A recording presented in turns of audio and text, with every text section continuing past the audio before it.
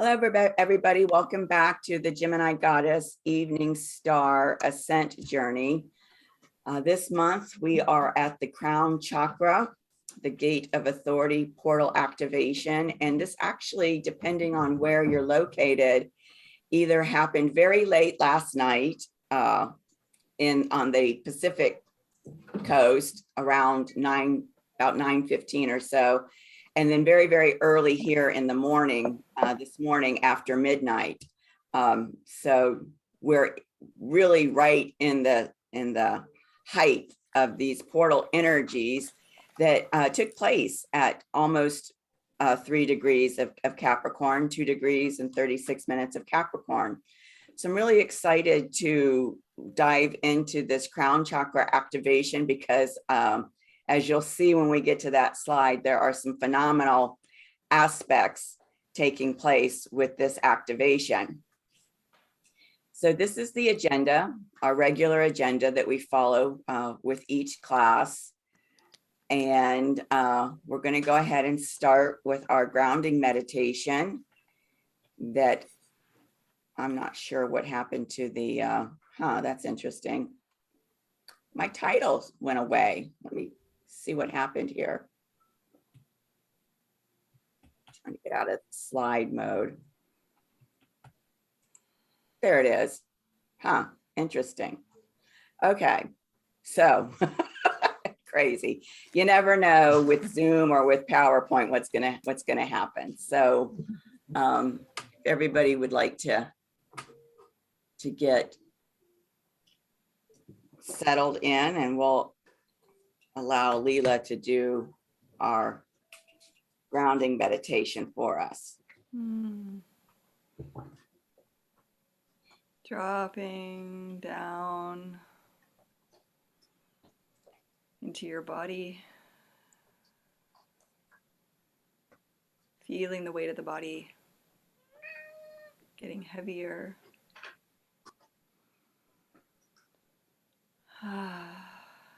Feeling your breath, and with each exhale, dropping a little bit deeper.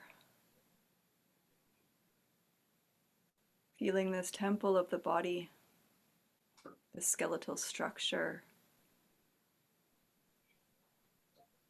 all the way down through our tailbone, down through the pelvis, dropping down to feel this grounding cord that stretches down deep into the earth.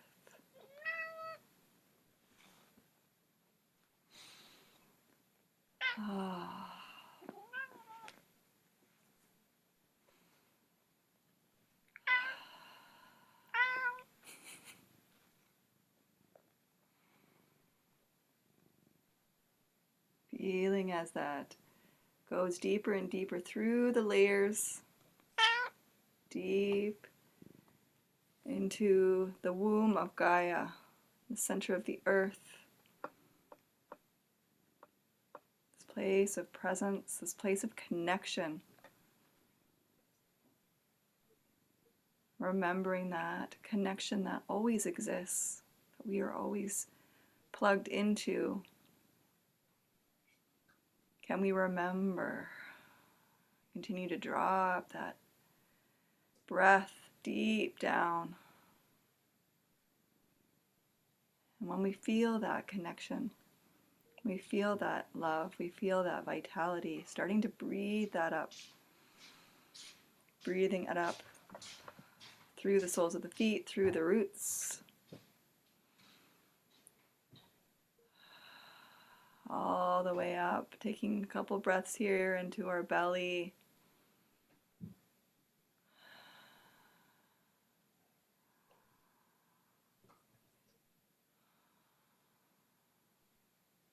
This remembrance, this connection, receiving.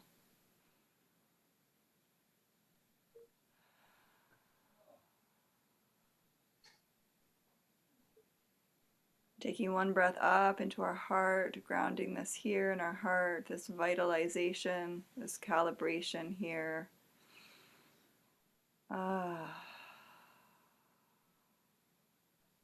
Giving thanks for this opportunity to be in this body, to be in this circle.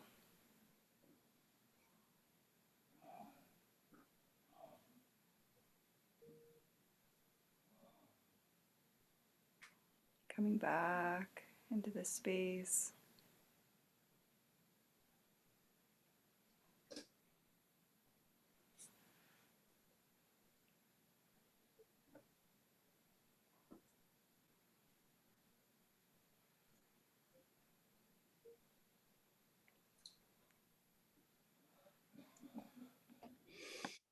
Thank you, Leela. That was very lovely. Yes, thank you so much. So we're going to go ahead and establish our spiritual fortification.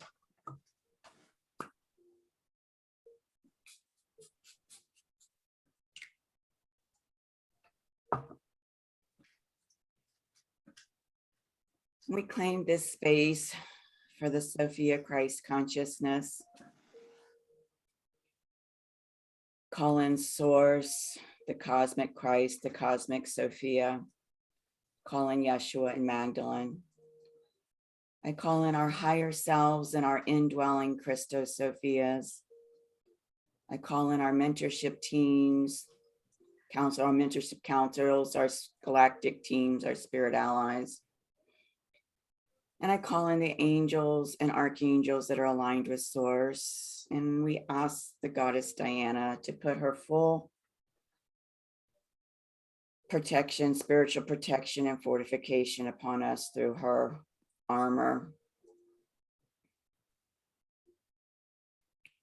And so it is. Thank you.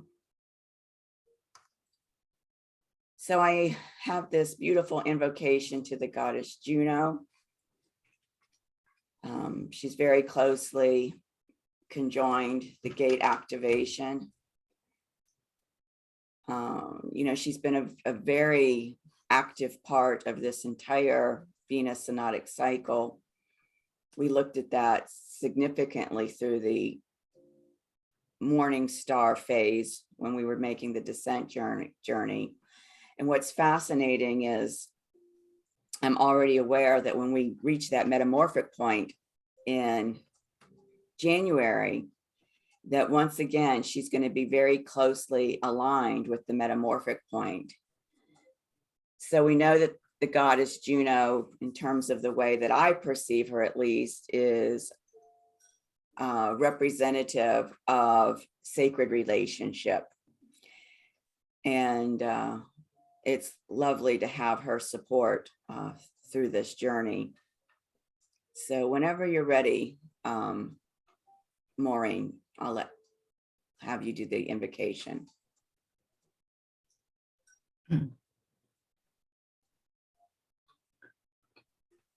Juno, Hera, Queen of the Powers, bring out my own.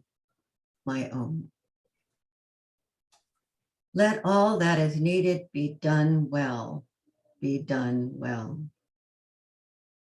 Let me sing of the glory under the moon. I am ready for my personal power. I am the arm that does your work. I am the mind of your thoughts. I am the will of your achievements. I am the conductor of your power. Hera, Juno, Hebe, Syria. I am the heart of your love. Thank you. Welcome. Beautiful. It is beautiful. So these are the November creative energies. And of course, yesterday and today is that gate of authority activation. So November 3rd, Mercury returned to its retrograde point from its last synodic cycle. at 25 degrees Libra. And of course, we had the new moon in Scorpio. We're in this Scorpio season. And what's fantastic is that on the 19th, on that same axis, we're going to have the full moon in Taurus, and that full moon is going to be a lunar eclipse. And it's going to be the first of 7 eclipses on this Taurus Scorpio axis, which is the path of intensity. So these eclipses are going to take us through 2022. There'll be 4 of them next year. And then the last 2 will be in 2023, the final one being in October 2023. So nearly a full 2 years of eclipses on this pathway.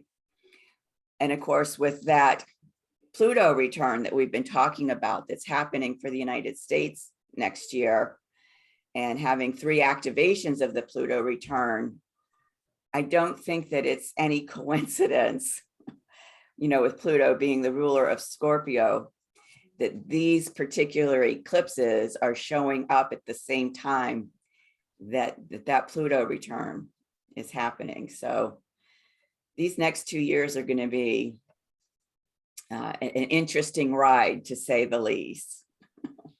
Buckle up. Right, that's right. Mhm. So November 10th, we have a Mars-Saturn square going on. Mars in Scorpio squaring Saturn in Aquarius. And then a week later, we've got Mars making an opposition to Uranus retrograde.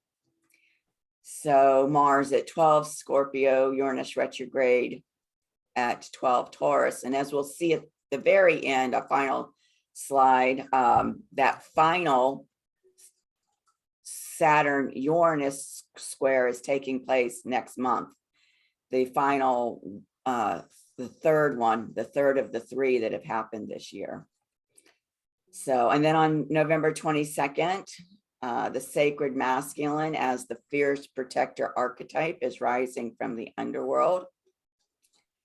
And what's interesting is, again, depending on your time zone, Pacific time, Eastern time, on the 28th and the 29th, we've got this Mercury Sun superior conjunction happening at 7 Sagittarius. And if you participated in the introductory class that I did on the cosmic messenger, Mercury, you may recall that the first event that starts a Mercury synodic cycle is this superior conjunction. And so this event is also referred to as a Mercury cazimi. And cazimi is an ancient word that means in the heart of. So Mercury being in the heart of the sun at that conjunction. So it's a powerful month with all these Scorpio energies moving us towards that Sagittarius season that will be upon us next month, especially with the sun entering Sagittarius on the 21st, right before that Mars rising from the underworld event. So any questions or comments about anything that's posted here? No. Okay. So what we have here now, this is the event that took place at the beginning of this month, where the final Mercury retrograde of this 2021 year is reaching that return to that retrograde point. So meaning we're out of the shadow of that retrograde point. But we see here that we still have 2 planets that are doing their vision quest, Neptune and Uranus. Neptune will be stationing direct next month. Uranus will be stationing direct in January.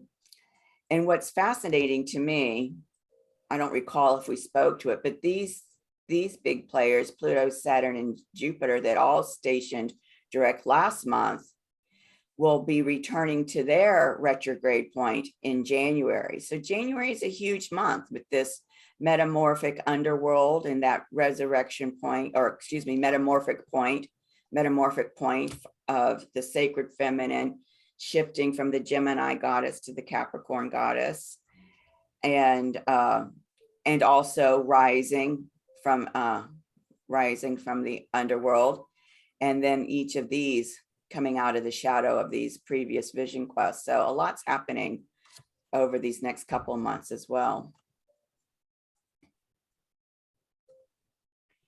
So we want to go ahead and do some final closure on this gate of perception at the third eye chakra, which was really very, very powerful. And if we look at this main aspect, the Moon Venus South Node at 3 degrees of Sagittarius, standing across the sky from the North Node at 3 degrees of Gemini, we know that particular gate then was very much an attunement for everybody to get back on their evolutionary path in a way that's similar to what these eclipses do for us, helping us get back onto our evolutionary path. And so, you know, at this third eye chakra, this gate of perception portal, we're dealing with Shanti consciousness, which is love in thought. And so we can ask ourselves, what thoughts can we perceive to manifest peace?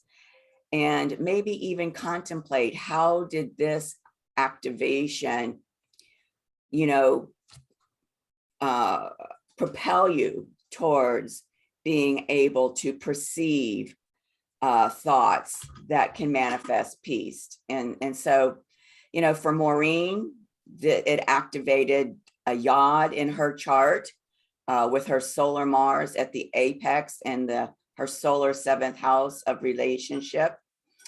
For Leela, it activated your solar Sedna in your solar 11th house of, you know, global consciousness.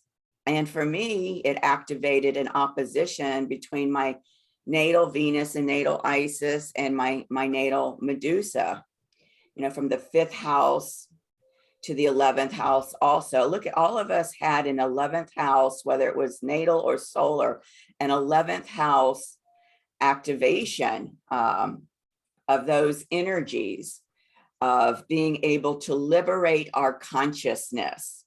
And so part of that liberating consciousness is being able to, through our consciousness, be able to perceive the peace that this Shanti consciousness is all about. So do either of you have any recollections from when we did our personal sessions about discussions we had on those activations, or has anything come up since then that you may want to speak to regarding this?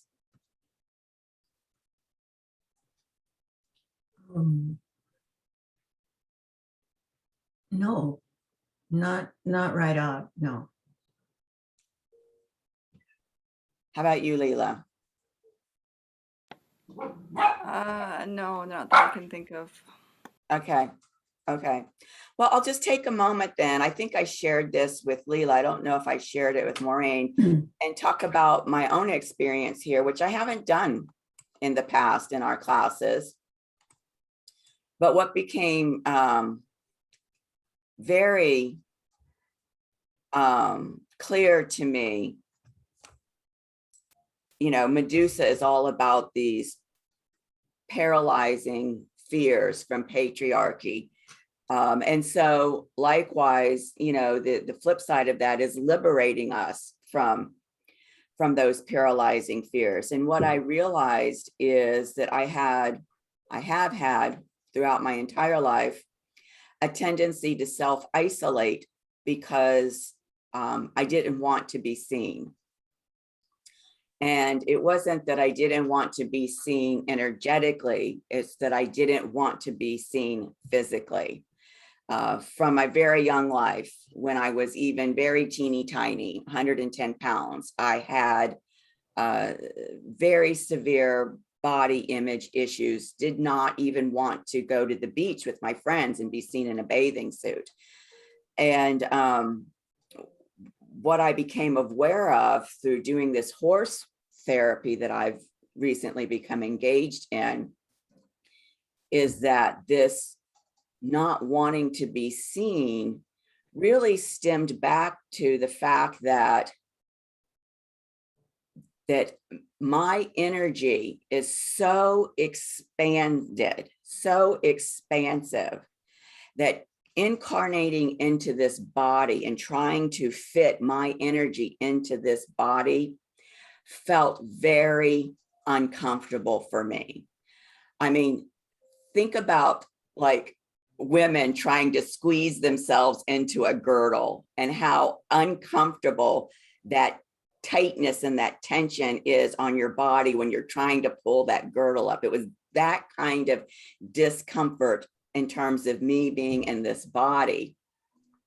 And what's interesting is I remember my grandmother saying how as an infant, I constantly cried. I was always crying. They could not soothe me. And I wonder now if it may have gone back to this fact that, you know, I was very uncomfortable trying to be in this body. And so this discomfort that I started to actually physically feel in my body was somehow skewed into believing that the body was the source of the discomfort, and therefore rejecting the body. And therefore, because I was rejecting the body, not wanting to have my body be seen, not accepting my body.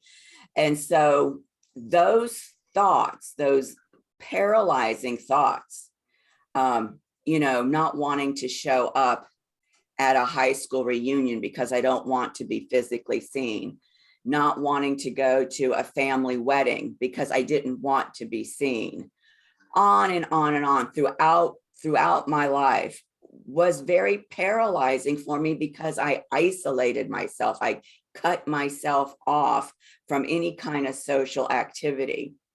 So this opposition for me brought all of that to the front to where I could finally understand what the source of that was, and to have this Venus, you know, sacred feminine, cosmic Sophia energy be there as the soothing energy to see the real truth about the fact that on the flip side of that, the only way that we can really feel and experience the power and the expansion of who we are is when we incarnate in these physical bodies. When we're not in these bodies, we cannot feel and experience that power, that divine power, that expanded power of beingness. And it was a huge, huge shift for me to see, to perceive this in a completely different way. And for almost 59 years, I'll be 59 in January, having this really weigh me down in terms of my ability to allow myself to put myself out there in a social way. So, and of course, working with the horses is a very creative, energetic experience for me. And it just opened me right up to coming to understand the power of that and being able to fine tune that perception and to make peace with that false or limiting perception, to make peace even with my physical body in a way that through years of doing, you know, healing work, of forgiveness towards my body and appreciation towards my body, that never really got to the crux of the situation. So it's been a really powerful portal activation for me in that way. Yeah, that is amazing. Yeah. Yeah. So I don't know if that stimulates anything with either of you that you'd like to speak to or not. And if not, we can move on.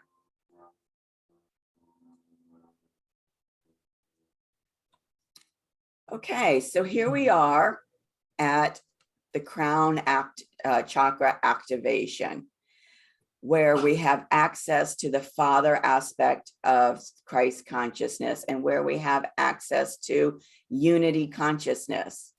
This is huge. And it was actually experiencing this kind of unity consciousness when I was working with the horses that created the breakthrough for me that allowed me to have that shift in perception.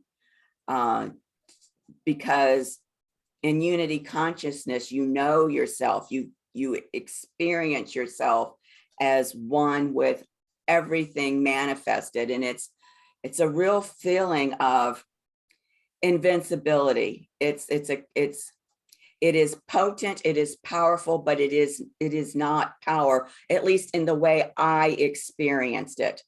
For me, the way that I experienced it, it was as if nothing can go wrong. No one and nothing can hurt me. Everything is fine, but it's better than fine. It's magnificent, it's beautiful. And so this is the opportunity that we are being given through this activation to have that kind of liberating experience. And even if it only happens, you know, for 30 seconds, once you taste it, and there have been other times in my life where I've tasted it as well, it's something that your soul continues to push you towards. It's a yearning that you want to continue to reach for and have more of that kind of experience. And you're going to see through the aspects at this gate how truly magnificent this opportunity that we're being given right now is, through the aspects that have shown up for us. So, you know, at the crown chakra, we know that we have a balanced crown chakra, and it's, you know, and that crown chakra is known as the 1,000-petaled lotus, because we have that feeling of a state of blissful union with all that is, feeling this connection to universal consciousness. It is a spiritual ecstasy. It is an enlightenment. And like I said, for myself, it's like the most expanded sense of invincibility, and just everything is right. I don't know how to describe that any different than everything is just perfection, really. So I know the two of you have worked a lot with the chakras. And is there anything about the crown chakra that either of you would like to share?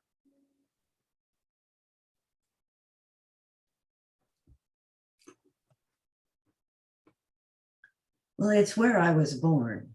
I was born during the crown chakra window.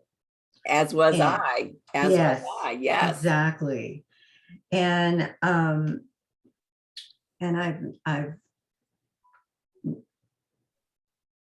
and so I guess wearing the crown has always been a challenge to me, because that's the gate going down where I actually gave it up.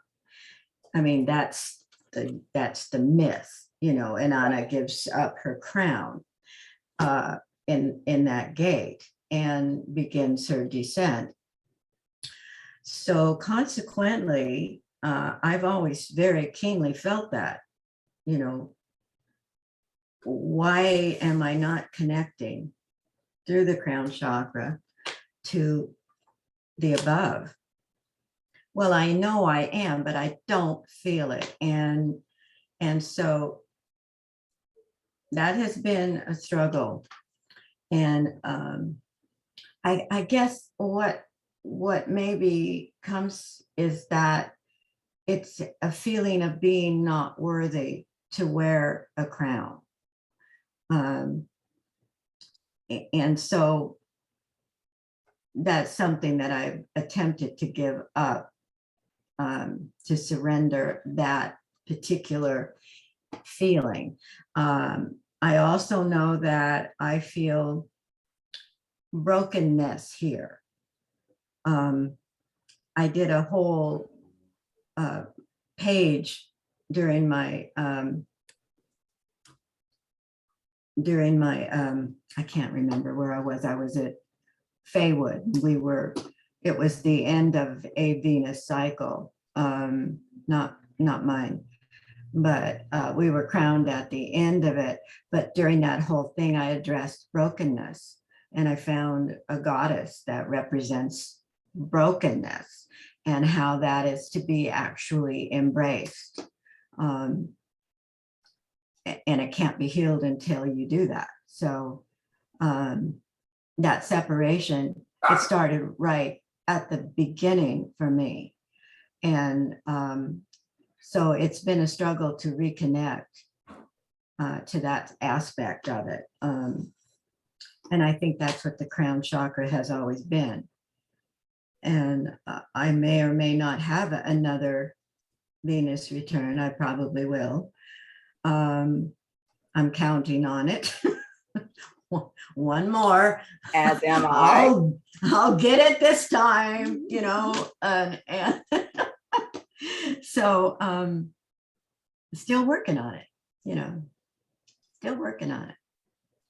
I love what you said about the separation. And I think for you and I and others that were born at that crown chakra gate on the descent journey, that it's a kind of wound that we carry. And I think that that's why the expansiveness of who I am as a soul being that could not come into this physical body was so acutely painful for me, because I think it goes back to that separation that we experienced at that gate. Mm-hmm. Yes, I used to think, babies often cry when they're born. There's a lot of physical reasons for that. Birth is difficult, can be painful. You get spanked. You used to get spanked. And so there was trauma actually upon arrival. And I've always thought that there's another reason babies cry. It's because when they come out into the world, the soul being that is incarnating is going, uh-oh, I made a mistake. What am I doing here? It's such, like you said, coming into a physical body is such a trauma. It's such a feeling of, oh no, what was I thinking? That it's a very frightening thing. And to add that to the trauma of coming through the birth canal, which never really went smoothly in my birth with my mom. It was difficult. And I got a scar from it because they used forceps. So, I just think there's a feeling of regret. You come right out with a wound. I can't do this, I can't go through this again. And of course that eases up as you move through into your life and you become more aware of wanting to do and accomplish things. But at the first, that's a tough go. That's a really, and they're doing things now that they're trying to ease that birth. They've had birth into water. They've had birth in a more intimate, warm space rather than that stark light of the room, where you may or may not be supported. I wasn't. I think all of that has to do with the wound we get. And if you have a crown chakra that got broke on the way, well, that just adds to the trauma. I hear you. I hear you. And while you're saying all of that, I'm fascinated by the recognition that today, in a very, very, very long time, you're wearing one of your beautiful headbands. And of course, the entire time that we were in France, every day you had a matching headband for your outfit. And I am seeing for the first time that this headband is a type of a crown. That's true, isn't it? Yeah. And I went through several years that was exactly, I did that every day. And I chose I have a lot of headbands. And yeah, I can see that as a reminder to myself that I am worthy of a crown. Yeah.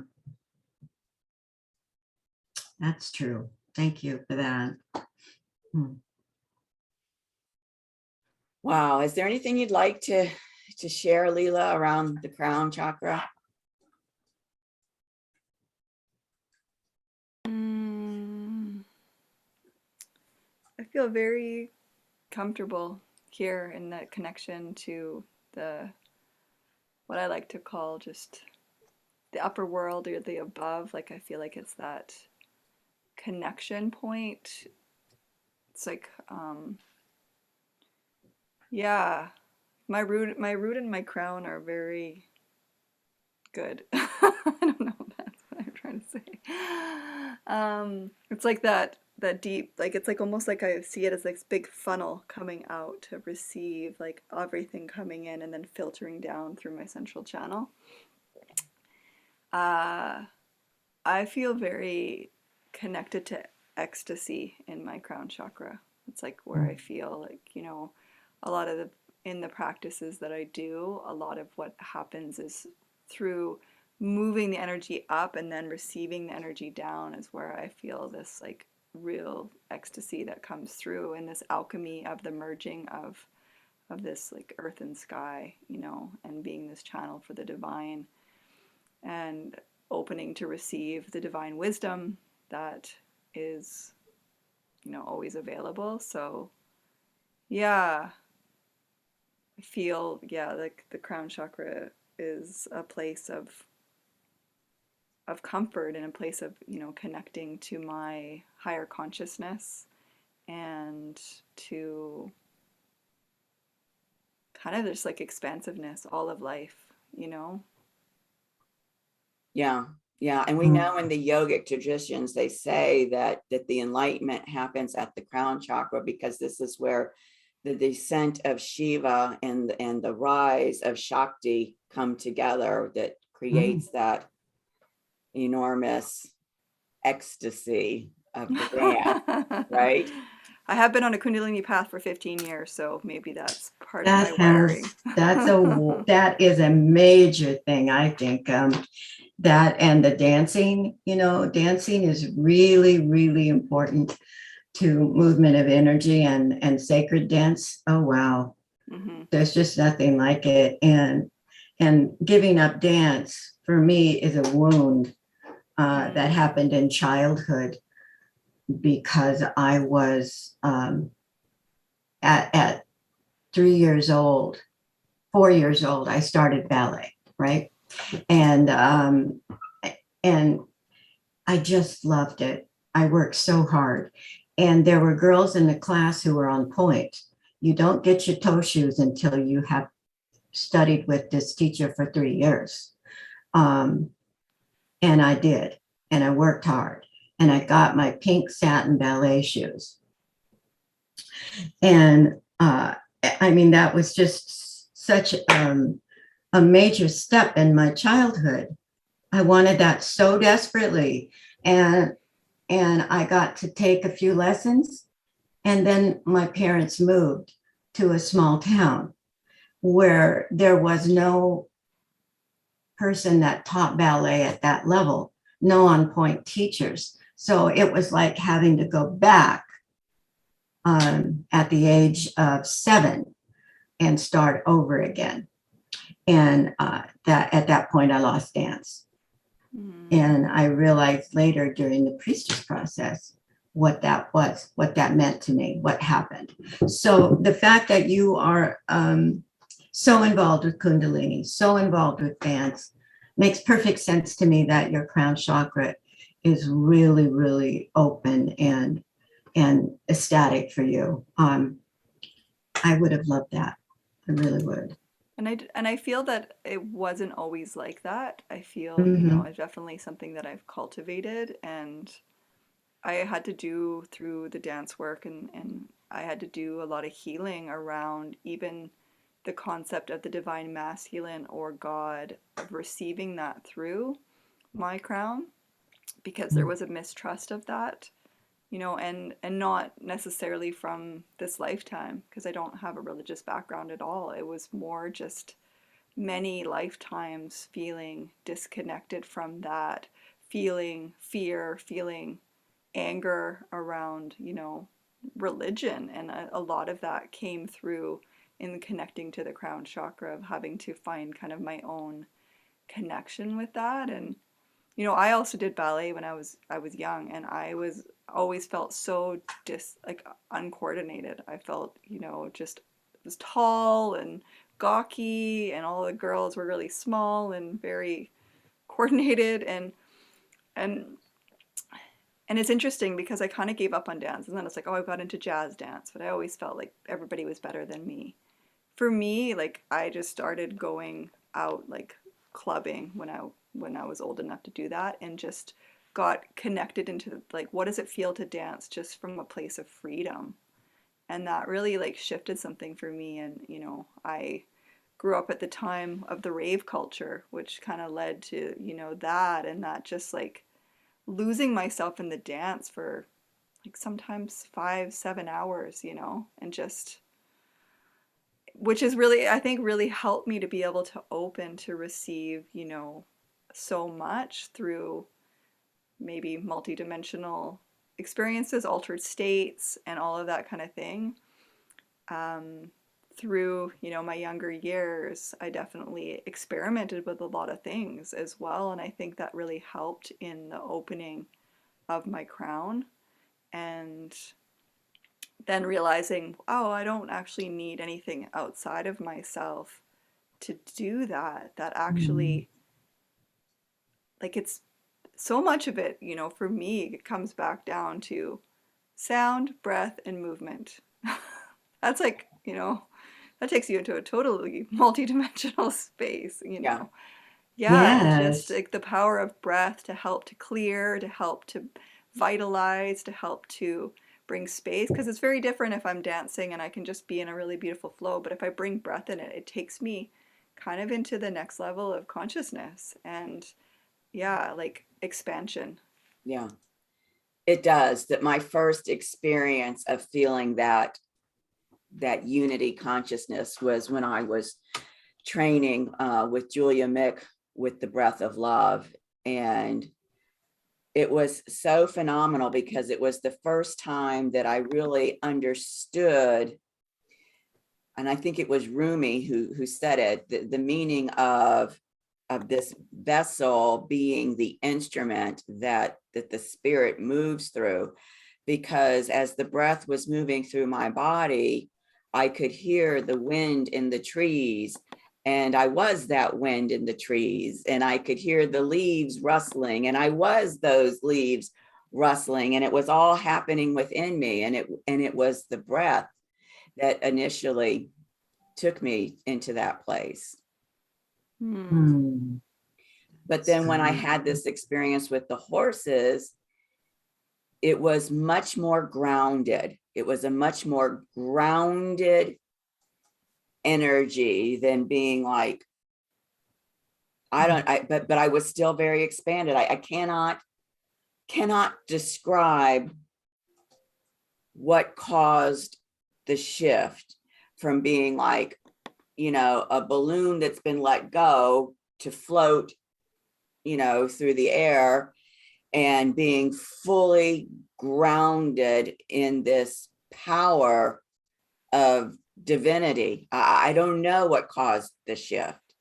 Was it the horse, who I feel is embodying that same divine power, and was that link, that collaboration between us, the catalyst for allowing me to experience that grounded embodiment? I don't know, but it was completely different than what I've experienced in the past. That's amazing. And it was more thrilling. It was more thrilling. It was more enjoyable. It was more potent. It was more passionate. And then recognizing that we can only have that experience when we are incarnated in these bodies. And it doesn't matter what the body looks like. It doesn't matter if it's tall or short, or white or black, or fat or skinny, or pretty or ugly. It does, boy or girl, it doesn't matter. It's the body that allows us as spiritual beings to have that thrill of feeling that embodied power. I don't know how to say it in any other way. I cannot find the words to translate the ecstasy, the bliss of it. No, I understand that. That's great. Yes. You remember the movie? Have you, both of you, seen The Matrix? Yeah. Keanu Reeves. Okay. Well, that movie really struck with me. The whole series actually did. And there was one thing that stood out, and I still recall. The people were down in their city, Zion, and there was a celebration. You remember the celebration? It's one of my favorite parts of the movie. Yes, you got it. I remember that so viscerally in my body. Yes. I'm like, oh yeah, I know this. Exactly. I mean, I've had experiences in this lifetime like that, but I also remember living in that way. Oh, wow. I am so glad to hear you say that, because I've been talking to people and they go, why did we have to watch that? And I said, well, listen, what are we doing here? These people are embodying a human consciousness, and up above them are machines. And I thought, what better way to celebrate your humanness, your incarnation, your body being embodied, than the drumming, the dancing, the connection, the ecstasy.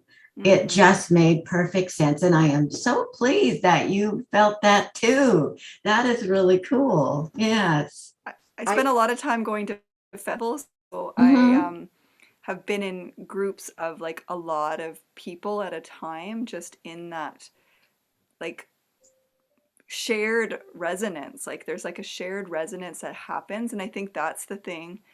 Another reason that dance has been so powerful for me is to be weaving in a space with so many others and sharing, like having your own experience, but being part of a collective experience, Mhm. and how that feels like it is rippling out into consciousness, and shifting things like in a huge way. And I think that's been like one of the things that's I started multiple ecstatic dances, and one of the ones that I started 8 years ago is still like, thriving, but in this time it's very different.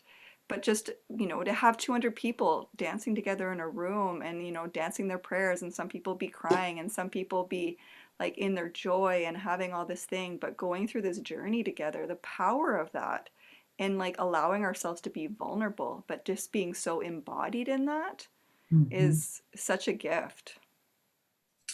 Yes, you. I Thank you. agree. Yeah, thank you for speaking to that, because that was the word that Maureen said that was like the light bulb. It's connection.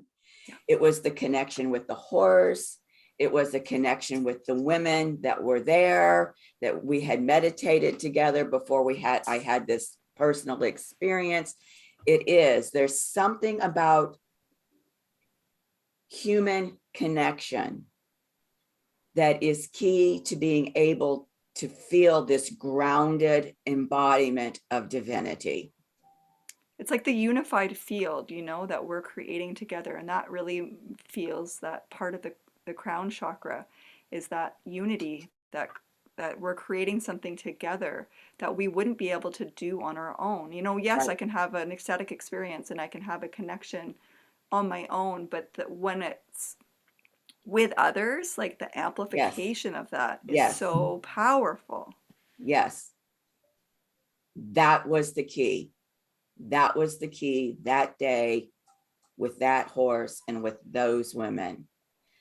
And I'm so happy to have that realization, because while it felt very personal to me, to know that it was that collective energy makes it feel like even more of a gift for me. Mm. Mm, yes. Mm-hmm. So we have the beauty of this crown chakra and this ability to access this unity consciousness, or as Leela so aptly described it, the unified, field, the unified source field, where we are engaged with it, with each other, through it, with each other, where it engages others through us. So it's a really spectacular gate activation. And I love that it's called the gate of authority, because this is where you really experience your sovereign self, your real authentic true self, from my own experience. How about the two of you? Oh yeah, for sure. Yeah. Yeah. That was a big word that was coming through when I was tuning into this gate, was around sovereignty, and Yeah. I just felt really actually powerful to be moving the Capricorn. Venus just moved into Capricorn too, and we're going through this whole transition as we move through the metamorphic phase into the next cycle with Capricorn, and Capricorn really holds like a strong sense of that sovereignty. And so Yes, I could really feel how these two were meeting here. yes, And yeah, I think like I've been really sitting a lot with the word sovereignty and what that means to me, because I feel the counterpart to sovereignty is unity.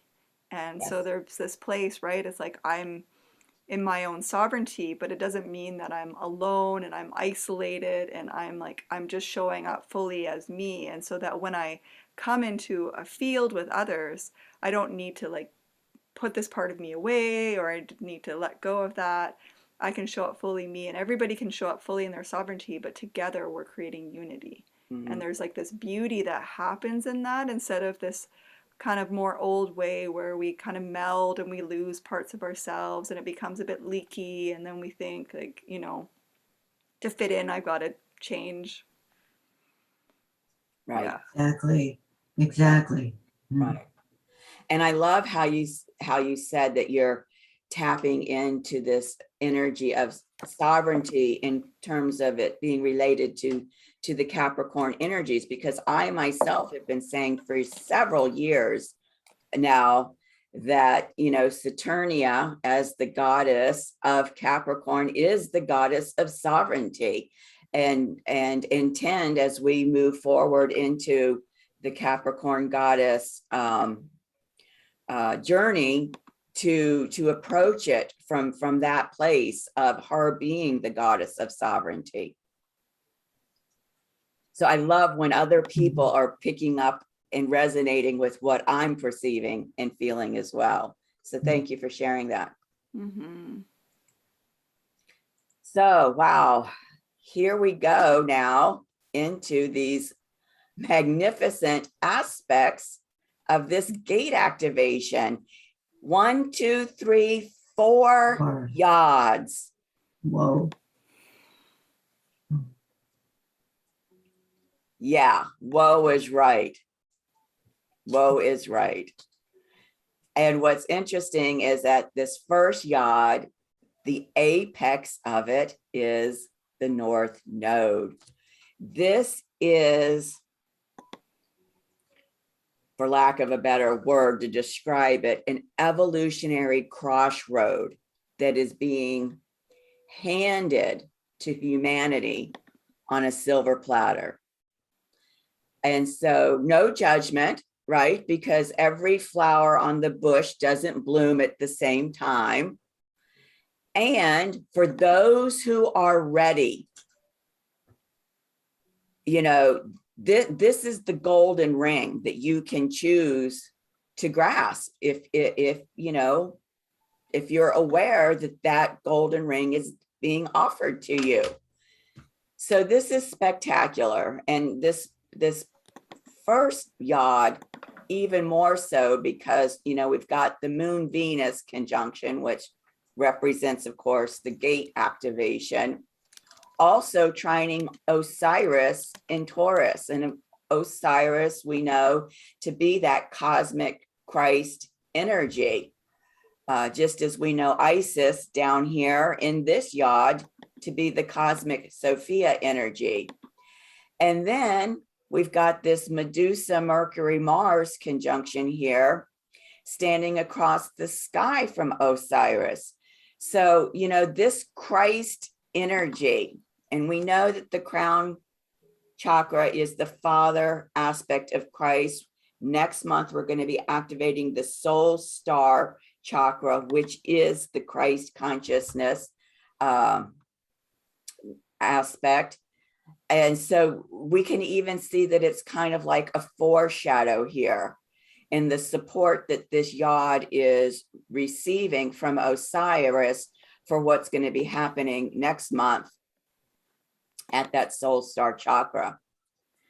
And so here we have the North Node involved again. And this one, it's the apex, but here it serves as a base with Yeshua, embodiment of Christ consciousness. And the apex is this gate of authority activation. I mean, this is beautiful. We cannot make this stuff up. To know that infinite intelligence has orchestrated this divine dance for us is so incredibly overwhelming for me to see this. And then we have the sacred feminine supporting this. We've got Sedna and Daymater, and the apex is Juno. And as you can see, Juno at 28 degrees Sagittarius is very closely conjunct the moon and Venus at 3. So it's like 4 to 5 degrees or very close.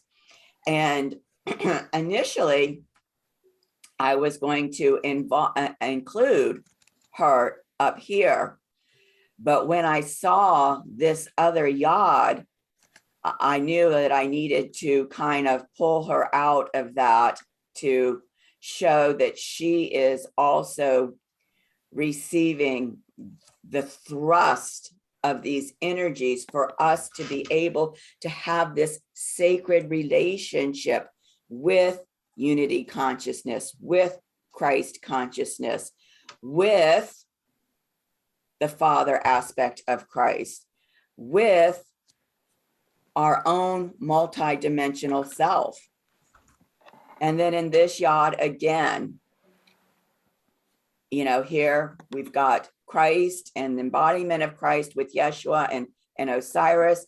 And here now we've got Sophia with Isis, an embodiment of Sophia consciousness with the Magdalene. So here again, the sacred feminine, Eris and Isis at the base with Magdalene and Sekhmet at the apex. And so let's take a look at this. We do see here this opposition of Demeter to Pluto, grounding this energy within us, facilitating our ability to embody all of this unified consciousness, this Christ consciousness, this Sophia consciousness that is the unity consciousness or unified source field. So here we go. It's going to look crazy. So we gotta pull it out, right? We gotta pull it out, and somehow this doesn't look right. Something happened here. Let me correct it while I'm here. Okay, so that shouldn't be there. And that should be over there. Huh. There. Is that right? Let me see. We've got this yod. Yeah, that's right. Okay, so this is the first yod, the red one. So here we've got the gate activation. We've got Medusa, Mercury, and Mars at the base, thrusting their energies up here to the north node. And then what we see here is we've got this Osiris representing Christ, the cosmic Christ, standing across from Medusa, Mercury, and the sacred masculine, Mars. And then we've got the Christ consciousness trining, supporting this gate activation. Of course, it's going to support this gate activation. And as I said, I really feel like this is a foreshadowing of what we're being prepared for this next gate coming up next month. So that's the first yod and the support that it's receiving from Osiris. The second yod is here in orange. So you've got Yeshua here in the heart center in Leo, and Persephone here. So Yeshua as the embodiment of Christ, Yeshua also as the son aspect of Christ, Persephone being the daughter aspect of Sophia, thrusting their energies here to this gate activation where the moon and Venus, the sacred feminine, the divine mother, are standing together. And then the third yod is this blue one. So here we have Demeter, the mother aspect of Sophia, and Sedna, thrusting their energies up here to Juno, the goddess of sacred relationship. And the fourth one is here in purple, Isis, the cosmic Sophia, and Eris, both retrograde, pulling us inward and thrusting their energies up here to Magdalene and Sekhmet.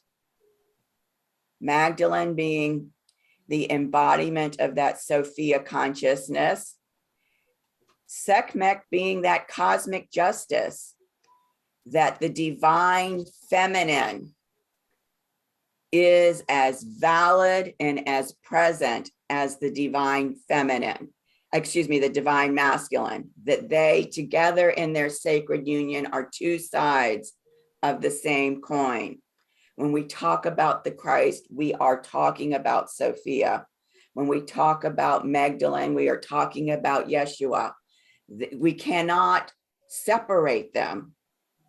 It's like stirring sugar into water. Once the sugar is stirred into the water, you don't extract it. The water has that sweetness.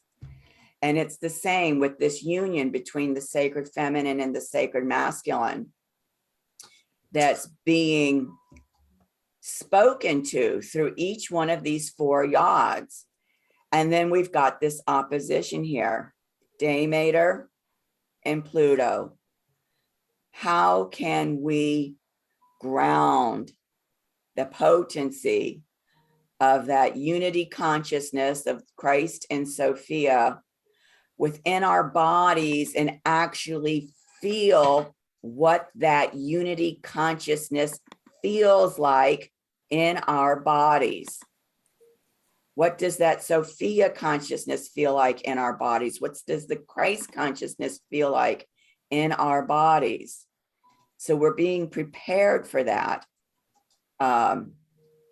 Again, foreshadowing for next month. So it'll be fascinating for me to see how our personal charts and solar return charts weave together with these powerful aspects. You know, they say that a yod is called the finger of God. It's a point of destiny. And so this is why I'm calling it a crossroads for humanity in its evolution, because I don't ever receive such incredible cosmic support, although we know we always have it, than is showing up at this gate of authority activation. Is there anything coming up for either of you that you'd like to speak to in terms of the potency of this activation that we're still very much in the window of this? You know, for me, it happened just after midnight this morning. So, you know, what is that? That's like 12 hours, 13 hours ago.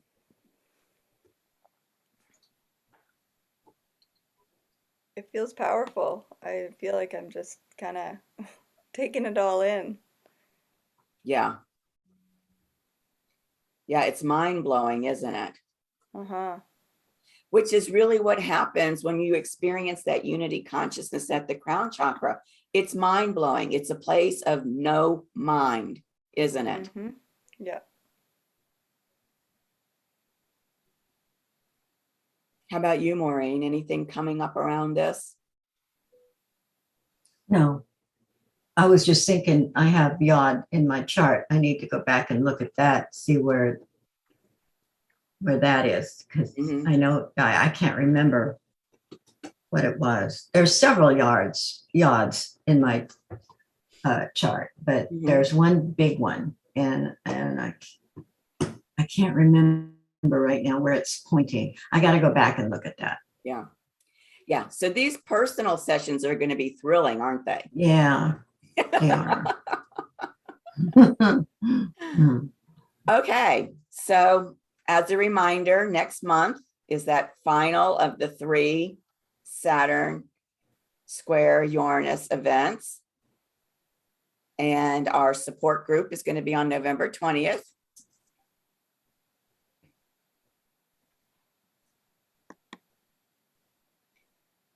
And then December's classes, we've got that Soul Star Chakra activation. Class will be on December 13th. And for the Sacred Masculine, we're going to be starting the phase 4 of the 6 phases of the Mars synodic cycle. So that's going to be huge. That class will be on December 18th.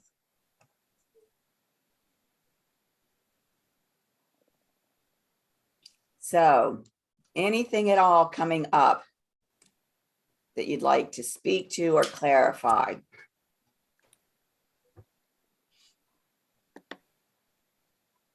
No, I'm good. I look forward to the unfolding. Yeah, Me too. Me too. I do too. Wisdom. I do too.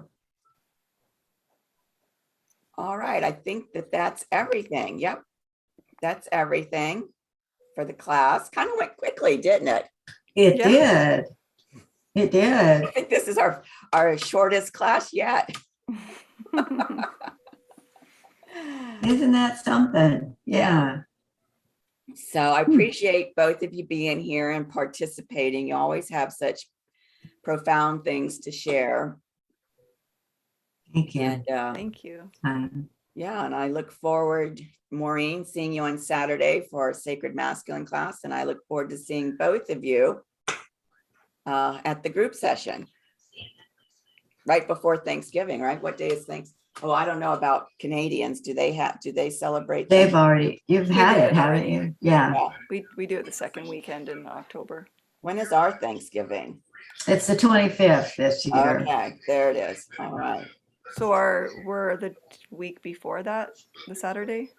Yeah, the Saturday before Thanksgiving. Okay. Which is the 18th or something? The 20th. 20th. Okay. Okay, group session, I gotta get that down. Do my best to be there. Good. All right. Okay. I will see you too All soon. right, Have a great okay, day. Bye. yeah. Thank you. Thank you. Bye-bye. Bye.